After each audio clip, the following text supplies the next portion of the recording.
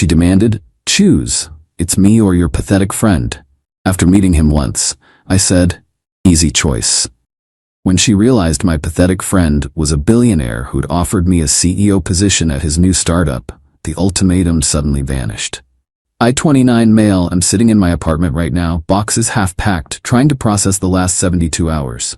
My now ex-girlfriend Vanessa, 27, just showed her true colors in the most spectacular way possible. Been with Vanessa for 2 years. Thought things were solid. She works in fashion retail. I'm a software developer at a mid-sized company. We moved in together 6 months ago. Everything seemed good until last weekend. My best friend since college, Dimitri, 30M, came to visit. Haven't seen him in person for almost 3 years. He's been abroad working on some project he's been super vague about. We kept in touch through gaming sessions and random texts, but he's always been private about his work stuff. Dimitri shows up at our apartment Saturday afternoon looking exactly the same. Same ratty hoodie he's worn since sophomore year, same beat-up sneakers, same messenger bag held together with duct tape. Vanessa took one look at him and I could see her whole face change. We went out for drinks, just catching up. Dimitri's still the same dude, cracking dumb jokes, talking about the latest games, asking about my work projects. Vanessa was ice cold the entire time. One-word answers on her phone constantly, rolling her eyes whenever Dimitri spoke. When we got home, she exploded. "I cannot believe you made me sit through 3 hours with that loser."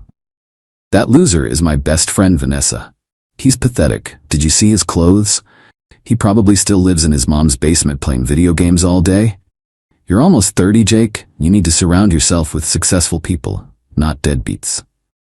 I tried explaining that Dimitri's been working abroad, that he's actually doing well, but she cut me off. "Working abroad doing what?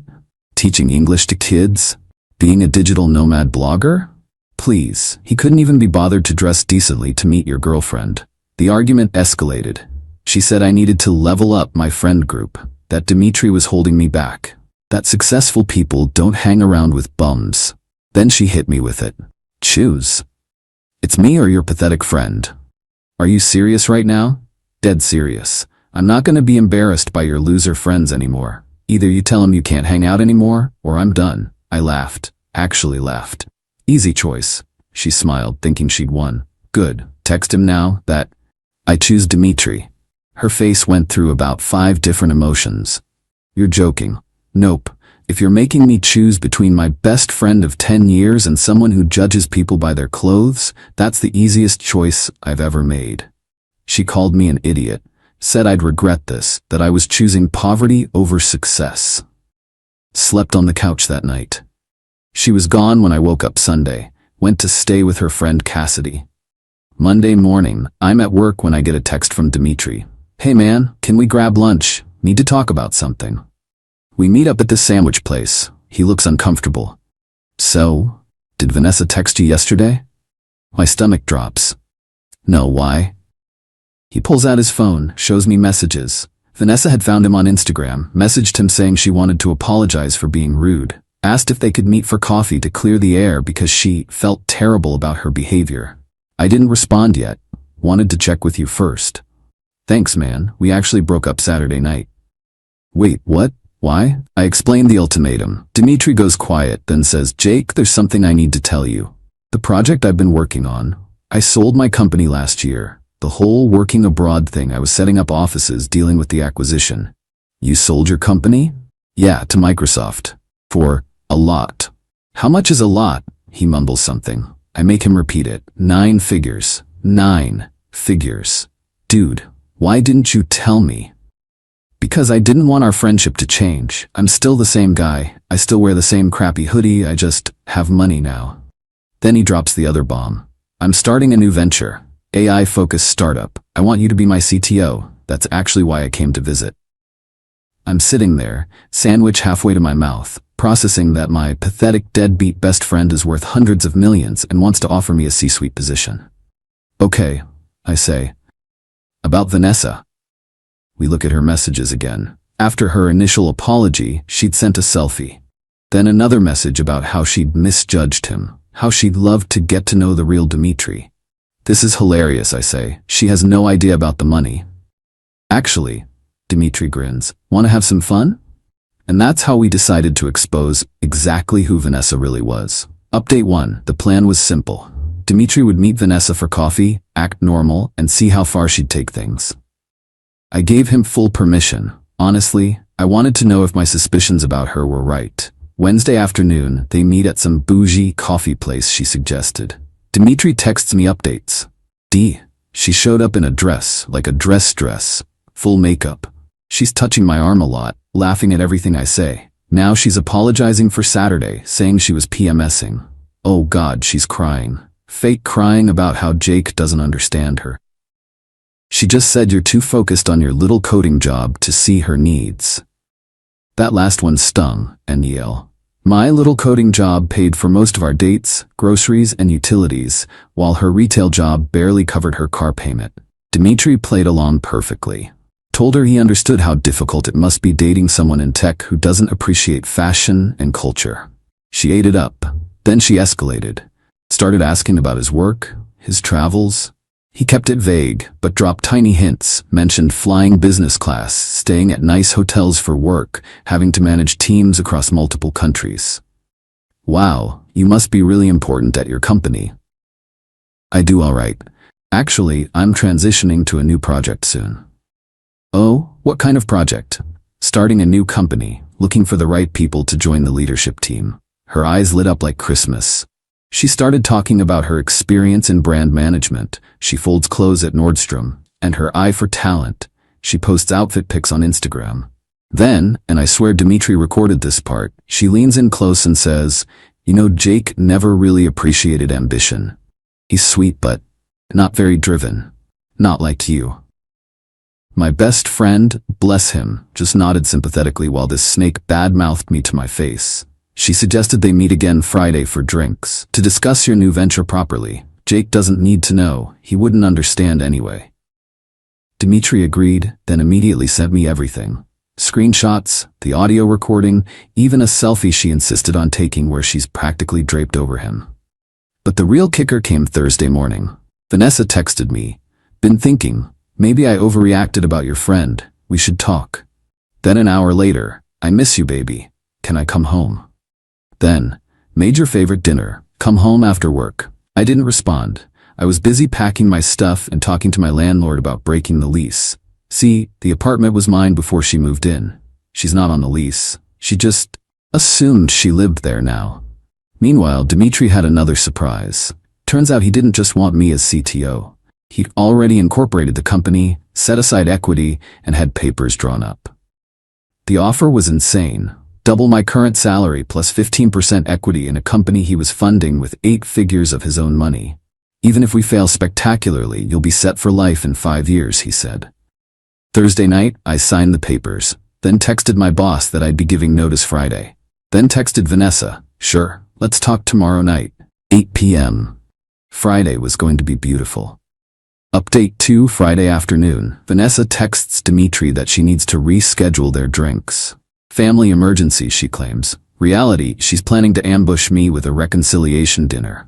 Dimitri texts back, "No worries. Actually, I'm having a small celebration tonight for the new company. You should come, 8 p.m. at the Mondrian rooftop. Bring Jake if you want." She immediately texts me, "Change of plans. Dimitri invited us to some work thing tonight. We should go." Me, I thought we were talking at home? This is more important. It's for his new company. Could be good networking for you. The manipulation was incredible. She really thought she was playing both of us. 8 p.m. I show up at the Mondrian.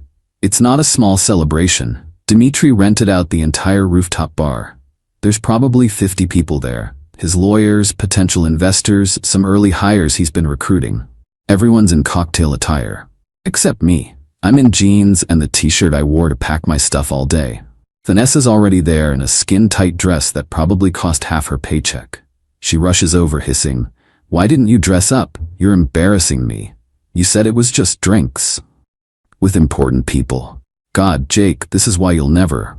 She stops. Dimitri's walking over. He's actually dressed nice for once. Tailored suit, expensive watch I've never seen him wear before. "Jake, glad you could make it, brother." He hugs me, then turns to Vanessa. "Thanks for coming." She's all smiles. Of course, this is so exciting, your new venture. Yeah, about that. Dimitri grins. Want to make an announcement? Everyone, can I get your attention?